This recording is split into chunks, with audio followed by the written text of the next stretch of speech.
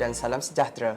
Bertemu kembali dalam siaran berita Kolej Vocational Perdagangan sempena 10 malam terakhir. Saya Hidr Alif bin Farizan. Dan saya Nur Farahin binti Husin. Bersama kami dalam laporan yang akan membawakan perkembangan terkini mengenai aktiviti dan amalan sempena penghujung bulan Ramadan yang penuh keberkatan ini. Syukur Alhamdulillah, kita kini berada di penghujung bulan Ramadan. 10 malam terakhir ini merupakan saat yang paling dinanti-nantikan oleh umat Islam kerana di dalamnya terkandung satu malam yang lebih baik daripada 1000 bulan, iaitu malam Lailatul Qadar. Malam Lailatul Qadar adalah malam penuh kemuliaan dan keberkatan. Umat Islam digalakkan untuk memperbanyakkan ibadah seperti solat sunat, membaca Al-Quran, berzikir serta memohon keampunan dengan penuh keikhlasan dan penghargaan kepada Allah Subhanahu Wa Taala. Semoga kita dipertemukan dengan malam Lailatul Qadar. Berita seterusnya, dalam usaha mengimarahkan bulan Ramadan, pelbagai program telah dianjurkan termasuk program Tadarus Al-Quran yang berlangsung sepanjang bulan Ramadan ini. Program ini diadakan setiap pagi di Surau At-Taqwa dan juga di lokasi masing-masing sekitar kolej.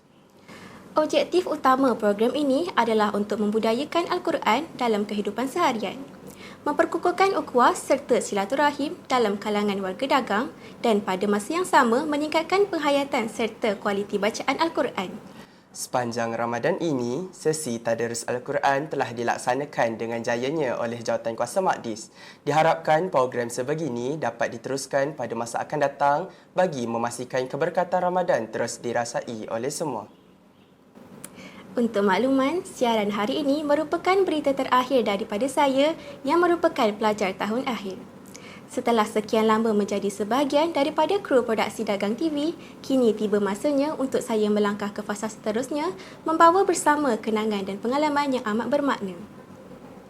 Saya mewakili pelajar tahun akhir ingin mengambil kesempatan ini untuk mengucapkan setinggi-tinggi penghargaan kepada para pensyarah yang telah menjadi tunjang dalam perjalanan akademik kami. Ilmu, bimbingan dan nasihat yang diberikan amat kami hargai dan akan kami bawa sebagai bekalan ke dunia luar. Keikhlasan dan kesabaran anda mendidik kami adalah sesuatu yang tidak ternilai harganya.